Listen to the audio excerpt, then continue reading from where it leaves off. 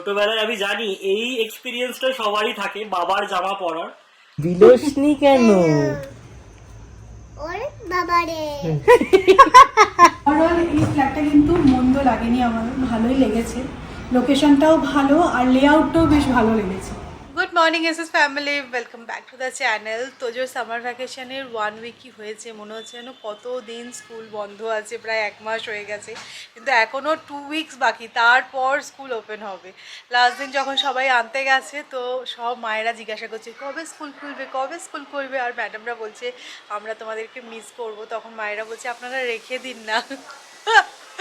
Jokes part, বাচ্চারা বাড়িতে থাকলেও ঝামেলা, মানে এটা করছি ওটা করছে সেটা করছে, আবার না থাকলেও ফাঁকা একটা ফাঁকা কথা লাগে। আছে না, নদীর এপার কহে ছাড়িয়া নিঃশ্বাস, ওপারেতে সর্বসুখ আমার বিশ্বাস। সেরকম ব্যাপারটা এখন যখন হ্যাঁ। স্কুলটা বন্ধ মনে হচ্ছে কেন খুলছে না, আর খুললে মনে হবে সকাল 9টার মধ্যে টিফিন বানিয়ে রেডি করে পাঠাও। মানে না, দুদিকেই তুমি বিপদ। না, ওই 1 ঘন্টা যদি খেটে নিতে পারো না, 3 ঘন্টা 3 ঘন্টা নিশ্চিন্ত। না, এটা যে শুধু আমাদের একটা চিন্তার বিষয় সেরকমটা না, সবার সাথে কথা বলছিলাম, সবাই ওই একটাই কথা বলছে, এই সামার ভ্যাকেশনে বাচ্চাদেরকে কি করে বিজি রাখবে সেটাই হচ্ছে সবচেয়ে বড় চিন্তা। তো আমরাও ভাবছি কোথাও যদি একটু ঘুরতে যাওয়া যায়, তার কারণ হচ্ছে কি এটা তোজোর ফার্স্ট অফিসিয়াল সামার ভ্যাকেশন, তো একটু মেমোরেবল করে রাখার জন্য কাছে পিঠেই যদি কোথাও যাওয়া যায় তাহলে ভালো হয়। বাট বৃষ্টিটা পড়েও পড়ছে না, মানে পুনেতে জেনারেলি কী হয়, বৃষ্টিটা পড়লে কোথাও ঘুরতে যেতে বেশি মজা লাগে। তো বৃষ্টিটা যদি নেক্সট 1 উইকের মধ্যে হয় তাহলে আমরা ডেফিনেটলি কোথাও একটু যাবো। গুড মর্নিং বলে না, গুড মর্নিং। তো আজকে মঙ্গলবার, জয়মঙ্গলবারের পুজো আছে, যদিও বা আমি তো এই মাঝেরগুলো আর করছি না, শুরুটা আর শেষটাই করব। মামুনিরা সবটাই পালন করে, আমি যখন ইনিশিয়ালি স্টার্ট করেছিলাম আমি সব মঙ্গলবারগুলোই করছিলাম, বাট তারপরে তোজো হওয়ার সময় তখন তো অত উপোস টুপোস করে ফলার খাওয়াটা একটু ডিফিকাল্ট ছিল, তো সেইবারে আমি শুরুটা করেছিলাম আর শেষেরটা করেছিলাম। তারপরে যে ডিসকন্টিনিউ হয়ে যায় আমি আর করিনি, আমি শুরু আর শেষেরটাই করি। এরপরে তোজো একটু বড় হোক, তারপরে দেখবো, মানে আবার শুরু করাই যেতে পারে, কিন্তু এখন তোজো ছোট, সব মিলিয়ে আমি আর যেহেতু ডিসকন্টিনিউ হয়ে গেছে আর কন্টিনিউ করিনি। যদিও বা আমরা মঙ্গলবার করে ভেজ খাই, তো অনেক দিন না এই সাবুর ফ্রাইটা খাওয়া হচ্ছে না, তো আমি সাবু ভিজিয়ে রেখেছি, বড় দানা সাবু, তো আলু দিয়ে কারি পাতা দিয়ে একটা ফ্রাই মতন করব, খেতে খুব ভালো লাগে, ব্রেকফাস্টে এটা বানাবো। তোজোর ব্রেকফাস্ট হয়ে গেছে, আজকে অনেক দিন পর তোজোকে রাগি বানানা দিয়েছি, ওটা তোজোর ফেভারিট ছিল একটা টাইমে, এখন তো মাঝে আর ওইগুলো খায় না, তো আজকে একটু তাড়া ছিল বলে বললাম যে ঠিক আছে রাগি বানিয়ে দিচ্ছি, রাগি বানানা খেয়ে নে আজকে। আমার ছেলে আজকে বলে রেখেছে পাস্তা খাবে, তো তারই প্রিপারেশনটা আমি ছেড়ে রাখছি, কারণ আমাদের একটু বেরোতে হবে আজকে, এসে ওকে পাস্তাটা বানিয়ে দেবো। এটা রেডি করা থাকলে পাস্তা বানাতে 2 মিনিট সময় লাগে। তোমরা আমাদের মাইক্রোওয়েভের ওই SE এরার শুনে অনেকেই বলেছিলে যে বাটনগুলোকে একটুখানি বেশি জোরে টেপাটেপি করতে, তাহলে হয়তো ঠিক হয়ে যাবে। চেষ্টা অনেক করলাম বাট কিছুই হচ্ছে না, কোনো বাটনে ঠিকঠাক করে টেপা যাচ্ছে না। যাই হোক, এই প্রবলেমটা নিয়ে সার্ভিস সেন্টারে তো অলরেডি কমপ্লেন লজ করেই দিয়েছি, সার্ভিস ইঞ্জিনিয়ারও অ্যাসাইন হয়ে গেছে, কালকে কথাও হলো। তো বললো যে টাচ প্যাডের প্রবলেম আছে, ওটা চেঞ্জ করতে হবে, 1500 টাকা মতো খরচ। মোটামুটি ফ্রিজের জন্য 4 আর মাইক্রোওয়েভের জন্য 1500, মানে 5500 টাকার গচ্চা গেছে। মাঝে এত গরম পড়েছিল, আমার প্লান্টসগুলোর অবস্থা খারাপ হয়ে গেছিলো। আমি তো বলবো তাও আউটডোর প্লান্টসগুলো সেরকম কিছু অসুবিধা হয়নি, ইনডোর প্লান্টস দুটো শুকিয়ে গেছে, একটা তো মানি প্ল্যান্ট শুকিয়ে গেছে, ভাবো মানে গরমটা কি লেভেলের পড়েছিল। তো ভেবেছি একটু নার্সারিতে যাব, সময় আর হচ্ছে না, তো ওয়েট করছি ওই বৃষ্টির জন্য। আমরা সবাই ওই চাতক পাখির মতো বৃষ্টির দিকে তাকিয়ে বসে আছি, কারণ এখানে বৃষ্টিটা শুরু হলে বর্ষার সময় না খুব ভালো কালেকশন পাওয়া যায় গাছে, তো তখন যাব একবার। এমনিতে এই গাছগুলো ঠিকই আছে, বাট ওরাও আর কি ধুকছে গরমে। সাবুর এই ফ্রাইটা খেতে না দারুণ লাগে। তো আমি কিন্তু একটা কাজ করছি না, এখানে অলরেডি আমার ছেলের পাস্তা বয়েল হয়ে গেছে, আর এই যে দেখো আমি কিন্তু অলরেডি ঢ্যাঁড়সটা ফ্রাই করতে বসিয়ে দিয়েছি, কারণ আলু দিয়ে ঢ্যাঁড়স দিয়ে একটা তরকারি করব লাঞ্চে।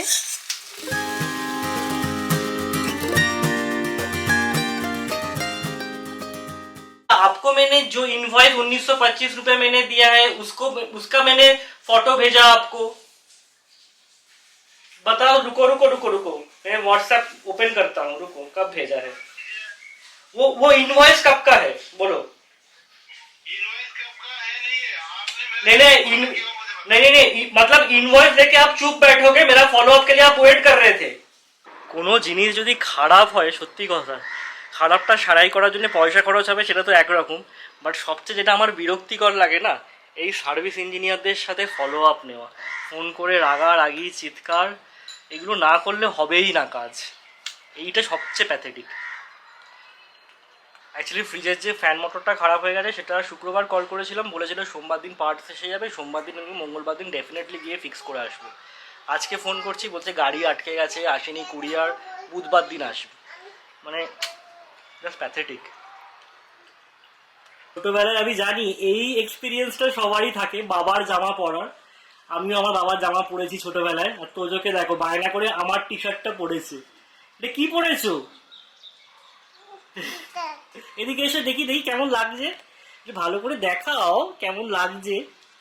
সে গেম অফ থ্রোনস একটা ক্যারেক্টার ছিল, এরকম একটা জামা পরতো, আমার মনে পড়ছে। ভালো লাগছে? হ্যাঁ তুমি কি আজকে থেকে এরকম জামা পরবে? হ্যাঁ। বাহ, প্যান্ট পরতে হবে না? না কি ভালো, প্যান্ট পরতে হবে না, জামা দিয়ে সব ঢেকে গেছে।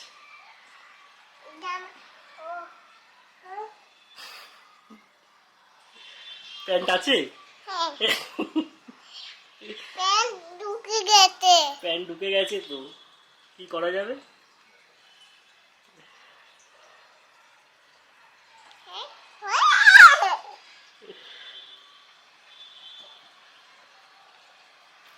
সাড়ে 11টা বেজেছে, আমরা বেরোচ্ছি, বাট এখন কিন্তু সেই গরমটা নেই, বেশ ঠান্ডা হাওয়া দিচ্ছে এখন। এই যে রোদেও যাচ্ছি, অতটা গরম লাগছে না। এখন আমরা রাস্তা দিয়ে গেলে রাস্তা দেখি না, রাস্তার পাশে বিল্ডিং দেখি, আন্ডার কনস্ট্রাকশনে কি বিল্ডিং আছে।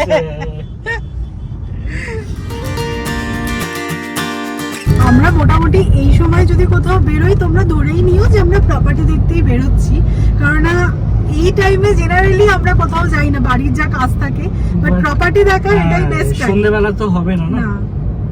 তো যাই হোক, এর মাঝে আমরা আরো দুটো প্রপার্টি দেখেছি, সেই দিনকে আর ভিডিও করিনি। আমাদের তার মধ্যে থেকে একটা প্রপার্টি খুব ভালো লেগেছে। আমাদের মোটামুটি যা যা ক্রাইটেরিয়া তার দেখলাম ওই 95% ম্যাচ করছে। 95 বলছে। কিন্তু কি বলতো, যেহেতু বাড়ি নিচ্ছি না, মানে যতক্ষণ মেন্টালি ওই পিসটা না আসবে যে এনাফ এক্সপ্লোর করা হয়েছে, হ্যাঁ সব দেখে নিয়েছি, এটাই বেস্ট, ততক্ষণ তো এক্সপ্লোর করতেই হবে, কিছু করার একদমই তাই। নেই। মানে এটা once in a lifetime investment বলে কথা। হ্যাঁ, একদম। এবারে আর কিছুর সাথে কম্প্রোমাইজও করবো না ভেবেছি। মানে আমাদের পুরো ক্রাইটেরিয়া না সেট করে নিয়েছি, যেগুলো নন নেগোশিয়েবল। হ্যাঁ। যাই হোক, স্যাটারডে সানডে করেই জেনারেলি সবাই প্রপার্টি দেখতে যায়, বাট ওই দিনগুলোয় এত ভিড় হয়। আমরা উইকডেজই প্রেফার করি বাবা। আজকে মঙ্গলবার, তো একজনের খোঁজ পেয়েছি, সে বললো খানদের প্রপার্টি দেখাবে, বললাম চলো গিয়ে দেখে আসি চট করে। এই যে এই প্রজেক্টটা আমরা দেখতে এসেছি, এটা সেলস অফিস এইদিকে। তো যে কি একটা দেখে বেশ মজা পেয়ে গেছে।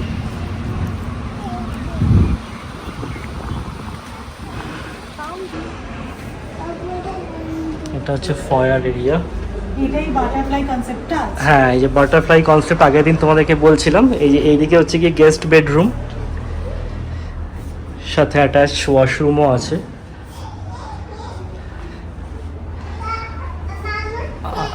এটা হচ্ছে লিভিং, এটা ডাইনিং। ভাত দেবে না। এটা কি বাবু? ইভিং এটা চেস। টেস হাত দেবে না, হ্যাঁ, ডোন্ট টাচ। একটু ভালো লাগছে, হ্যাঁ, মানে ইন্টেরিয়রটা খুব দারুণ করেছে। এটা সিলিং এর হাইটটাও বেশ উঁচু না, ওটার দিকে মানে বললো 10.5 ফিট। ভালো লাগছে এটা। এটা কিডস বেডরুম। তার সাথে অ্যাটাচ টয়লেটও আছে।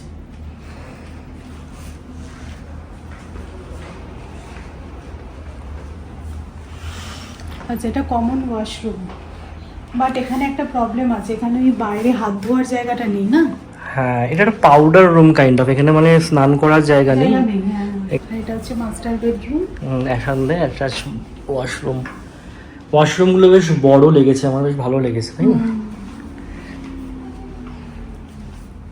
মাস্টার বেডরুমটা বড় আছে, আর অ্যাটাচড ব্যালকনি আছে। এটা ওই standing balcony type.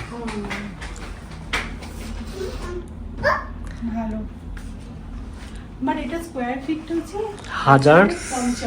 1064 carpet, carpet, মানে ওই 1300 মতো build up. Build up. Build আপটা দেখে আমাদের কোনো লাভ নেই। বেসিক্যালি আমরা যেটা ইউজ করতে পারবো কার্পেট সেটাই দেখতে হবে, মানে 1050 স্কোয়ার ফিট এটা। ভালো। এখানে একটা জিনিস আমি দেখছি, 4টে বাথরুম, একটা এদিকে কিডস বেডরুমের সাথে একটা পাউডার রুম কাইন্ড অফ, আর একটা গেস্ট বেডরুমের সাথে। ভালো। এই জায়গাটাও বেশ বড়, বড় আছে না, হ্যাঁ। মানে ঢুকেই আর কি প্রাইভেসিটা নষ্ট হবে না। মাস্টার বেডরুমের প্রাইভেসিটা খুব সুন্দর থাকবে। এবার দেখা যাক কিচেন। হ্যাঁ, কিচেন থেকে ওপেন থাকবে এরকম। তাই তো মনে হচ্ছে ওপেনই থাকবে। আর এটা হচ্ছে ইউটিলিটি। ইউটিলিটিটা একটু ছোট। কিচেনটা বেসিক্যালি আমার একটু ছোট লাগছে, ফ্রিজ রাখা যে সেরকম জায়গা আছে সেরকমটা নয়, তাই না? এই জায়গাটায় রাখতে হবে। হ্যাঁ, মানে বড় ফ্রিজ রাখাটা প্রবলেম। বাট এখানে ওরা 6 সিটার দিয়েছে ডাইনিংটা ঠিক আছে। হাত ধোয়ার জায়গা আছে মনে হয় এখানটা। এখানে চাইলে হাত ধোয়ার জায়গা করতে পারো, বা এখানে পূজা ইউনিট করতে পারো। এখানে স্পেসিফিক দেখিয়েছে পূজা ইউনিট। হ্যাঁ, এই যে পূজা ইউনিট আলাদা করে জায়গা করে দিয়েছে। এটা হাত ধোয়া। না এটা পূজা ইউনিট। এটা কে বাবু, এটা কে? এটা গণপতি। এটা গানপাতি। এটা খারাপ নয়, মানে হুম। কম্প্যাক্ট আছে। বাটারফ্লাইটা আসছে, যেটা মেনলি ভালো লাগলো। গ্লাসের সাইজ, আর এটা হচ্ছে কি ব্যালকনি। এটা গ্লাসের সাইজ।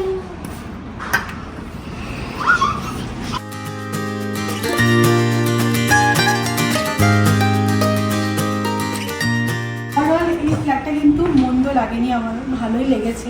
লোকেশনটাও ভালো আর লেআউটটাও বেশ ভালো লেগেছে। আমি বাড়িতে এসে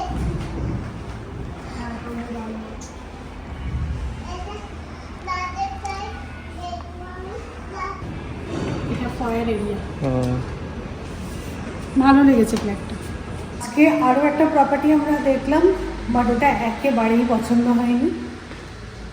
তো চল, এই জাস্ট বাড়ি ঢুকছি। ছোটবেলায় একটা কথা শুনেছিলাম যে ঢেকি স্বর্গে গেলেও নাকি ধান ভাঙে। আমার অবস্থা হয়েছে তাই। তাড়াতাড়ি করে এসে আগে জামা টামা খোলারও সুযোগ পাইনি, ভালো করে হাত পা মুখ ধুয়ে আগে চলে এসেছি কিচেনে। তো আমাদের জন্য আজকে বানাচ্ছি একটু ঢেঁড়স পোস্ত। পোস্ত বাটা হয়ে গেছে, পোস্তটা বেটেছি আজকে আমি আগাডোর এই পার্সোনাল ব্লেন্ডারটায়। এখন আমি এই ব্লেন্ডারটা ইউজ করছি, পোর্টেবল যেহেতু। আগারোর এই ব্লেন্ডারটায় আছে 400 ওয়াটের পাওয়ারফুল মোটর, আর এর সাথে তোমরা পেয়ে যাবে টোটাল 3টে জার। আমি ডেসক্রিপশনে লিঙ্ক দিয়ে দেবো, চেক আউট করতে পারো।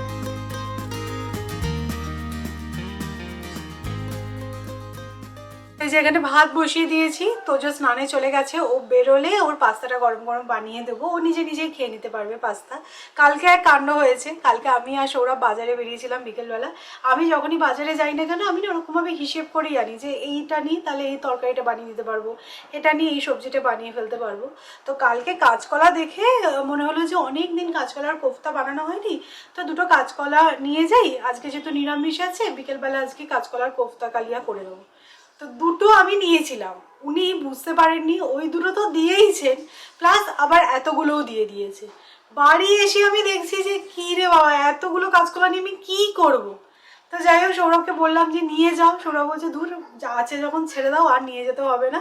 তো দুটো কাঁচকলার কোফতা না বানিয়ে আমি আজকে 4টে কাঁচকলার কোফতা তো বানাবো, আরগুলো দেখি কি করা যায়।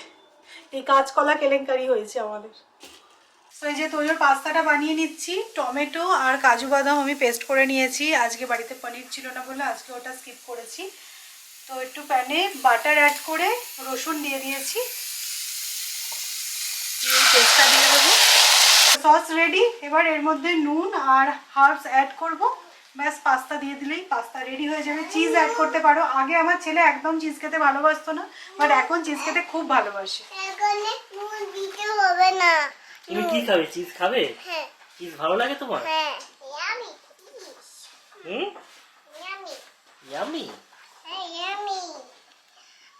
তুমি আজকে লাঞ্চে কি খাবে গো? লাঞ্চে পাস্তা। লাঞ্চে পাস্তা খাবে?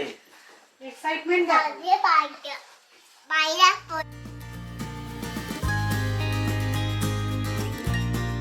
এখানে পাস্তা লেগে আছে, এখানে ডিম লেগে আছে। কোনটা ফেভারিট তোমার? ডিম ডিম, প্রচুর ডিম আর মাছ খেতে খুব ভালোবাসে। তো এখানে পাস্তা তো দিয়েছি, প্লাস একটা এগ বয়েলও দিয়ে দিয়েছি, খেয়ে নিক। আর তোমরা সবাই আজ দিনকে কমেন্ট করেছিলে যে সৌমি এত তাড়াতাড়ি তোজোকে বড় করো না, নিজে হাতে খাওয়ানোর থেকে তুমি খাইয়ে দিও। কিন্তু কি বলো তো, অনেকটা সময় পাওয়া যায়। এবার কুটুর কুটুর করে নিজে নিজে খাক, আমি সেই সময় অনেক কাজ করে নিতে পারবো, হাত খালি হয়ে যায় আর কি। পাস্তা খাও বাবা, পাস্তাটা খাও, তারপরে আস্তে আস্তে ডিমটা খাবে, আমি ডিম খেয়ে নিই। তারপর পাস্তা খাবে। হুম। আচ্ছা,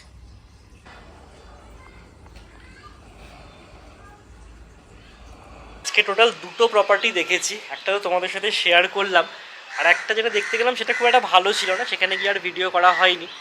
তো যাই হোক, তোমরা অনেকেই জিজ্ঞাসা করেছো যে আমরা কোন জায়গায় থাকি পুনের এক্স্যাক্টলি, বা আমরা কোথায় ফ্ল্যাট দেখছি। তো ভাবলাম এটা ক্লিয়ার করে দিই। লাস্ট টাইম যখন আমরা ফ্ল্যাট নিয়েছিলাম, মানে এই ফ্ল্যাটটা, তখন যেহেতু আমরা পুনেতে থাকতাম না, আর পুনের ব্যাপারে যে খুব বিশেষ নলেজ ছিল সেরকমটা নয়, ইনফ্যাক্ট ইন্ডিয়াতেই আমরা থাকতাম না, তো সেই কারণে কি হয়েছিল, লোকেশন নিয়ে খুব একটা গ্যাম্বেল করতে পারিনি। মানে যেই জায়গাটা একদম পশ আমরা জানি, একদম ভেরি মাচ ডেভেলপড, সেই জায়গাতেই মনে হয়েছিল ইনভেস্ট করাটা ঠিক। তো সেই কারণে আমরা যেখানে ফ্ল্যাট নিলাম সেটাকে বলা হচ্ছে কি পিম্পলে সদাগর।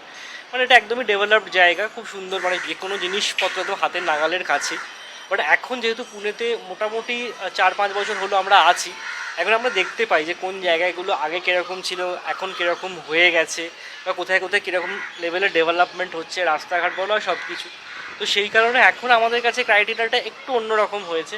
এখন লোকেশন তো ঠিক আছে, একদম যে অড অফবিট আউটস্কার্টসে চলে যাব সেটা আমি বলছি না, বাট লোকেশনের সাথে সাথে না যেটা আমরা মানে মাথায় রাখছি সেটা হচ্ছে কার্পেট এরিয়া। একটা জিনিস যেটা আমরা আমাদের এক্সপিরিয়েন্স থেকে বুঝেছি, যে তুমি যেই কার্পেটটা নিয়ে নেবে সেটাই থাকবে তোমার সাথে, সেটা কিন্তু আর বাড়বে না। লোকেশন, ওই লোক্যালিটিটা হয়তো ডেভেলপ হয়ে যাবে আজ থেকে 2 বছর পর, হ্যাঁ, সেটা একটু গ্যাম্বেল করে বা একটু ওয়াইজলি চিন্তাভাবনা করে যদি নেওয়া যায়, আমার মনে হয় সেটাই ঠিক হবে।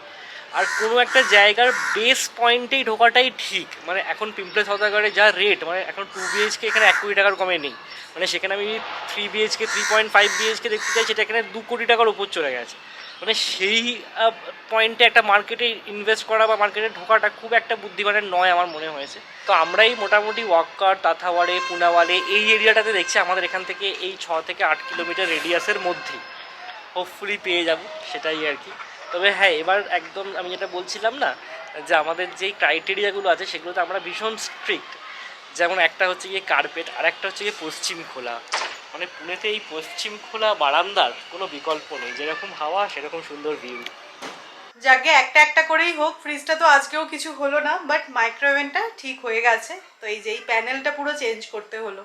তোজো এই নিচ থেকে আসলো খেলে ধুলে, আর আমি ওর জন্য খিচুড়ি বানিয়ে নিয়েছি। আজকে সকালবেলা তো ভাত খাওয়া হয়নি, তাই জন্য খিচুড়িটা দিয়ে দেবো। আর আমাদের এখানে এই কাঁচকলার কোফতাটা এবার বানিয়ে নিচ্ছি। আমি সকালেই জানো তো কাঁচকলা আর আলুটা সিদ্ধ করে রেখেছিলাম, ওটাই ভুল করেছি। মানে এখন চটকাতে গিয়ে এমন হলো, মানে অনেকক্ষণ টাইম লাগলো। ওই তোমার ম্যাশার দিয়ে করলাম, কারণ দেখবে ঠান্ডা হয়ে গেলে না আলু একটু গিটলি গিটলি মতন হয়ে যায়। তো যাই হোক, এখানে সমস্ত কিছু অ্যাড করে নিয়েছি। বেসন, ভাজা মশলা, গরম মশলা, একটুখানি কাশ্মীরি রেড চিলি পাউডার দিয়েছি, আর দিয়েছি স্বাদ মতো নুন। আর লঙ্কা গুঁড়ো আলাদা করে অ্যাড করিনি, কারণ জিরে আর শুকনো লঙ্কার ভাজা মশলাটা যেহেতু দিয়েছি। এই কাঁচকলার কোফতা টোফতা মামুনি দারুণ বানায়।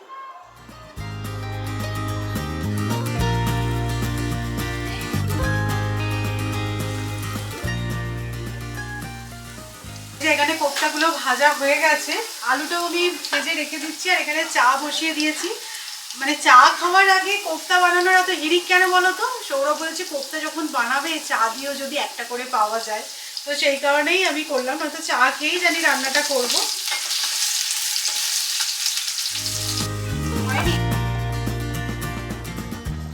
এটা কি হচ্ছে গো তোজো? ডান্সিং? বাবা, এত জোরে জোরে হাত পা টেনে ডান্স করছে। হ্যাঁ, নাড়ায়, হাত নাড়ালে হবে। Ding ding ding ding ding. তুই তো ওর সাথে ডান্স কর হাত নেড়ে নেড়ে। এই না না না না না, এক্ষুনি পড়ে যাবে, খাটের ওপর ডান্স নয়। ওখানে কে রে? আমি খোকা। মাথায় কি রে? আমার ডাকা। হাসনি কেন? যাতে পোকা। বিলোসনি কেন? ওর বাবারে ওরে বাবা রে, খুব মুশকিল হয়েছে একটা। তোমার দাঁতে পোকা আছে? এবার দেখিয়ে দাও, দাঁতে কি পোকা আছে? না দাঁতে পোকা নেই তো? যে ব্রাশ করে তো রোজ, না? হ্যাঁ আচ্ছা, এটা এটা কোথা থেকে কিনেছিলাম? এটা কি? এটা ক্লিপ, এটা কোথা থেকে কিনেছিলাম? না, আমার মনে নেই বাবা, তুমি কোথা থেকে কিনেছিলে? এইসব কার জন্য কিনেছিল তাও জানি না। এইসব শক্ত প্রশ্ন আমাকে করলে হবে না। এটা কার? এটা মাম্মা। হুম, এটা কি? এটা কি? এটা ক্লিপ, এটা ফোন, না, এটা ফোন না, এটা কি? এটা আইপ্যাড। এটা না, iPad। iPad। আমি দেবো। আমি যে সমস্ত স্পোর্টিং টিম ফলো করি তার মধ্যে আর্সেনালই খালি এবছর মুখ রেখেছে। প্রিমিয়ার লিগ চ্যাম্পিয়ন তো হয়েইছে, আর 30 তারিখ চ্যাম্পিয়ন্স লিগ ফাইনাল আছে। যদি জিততে পারে তাহলে একদম মানে এই সিজনটা আর্সেনালের জন্যে লাইফ টাইমে বেস্ট সিজন হয়ে থাকবে। বাট তাছাড়া কে আরও তো কোয়ালিফাই করতে পারলো না সেমিফাইনালে, বা এই কোয়ালিফায়ার যেগুলো হয় আর কি। আর এদিকে মোহনবাগানও সেকেন্ড হলো, ইস্টবেঙ্গল চ্যাম্পিয়ন হয়েছে। যদিও ইস্টবেঙ্গল মোহামেডানের ওই 7 গোলের ম্যাচটা আমার একটু গল্প লেগেছে। যাই হোক, গোল ডিফারেন্সে চ্যাম্পিয়ন হয়েছে, পয়েন্টে নয়। তো চলো আজকের ব্লগটাকে এখানেই এন্ড করছি। যদি ভালো লেগে থাকে তাহলে অবশ্যই করে লাইক করো, শেয়ার করো।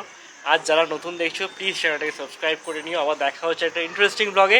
ততক্ষণ জন্য টাটা, গুড নাইট।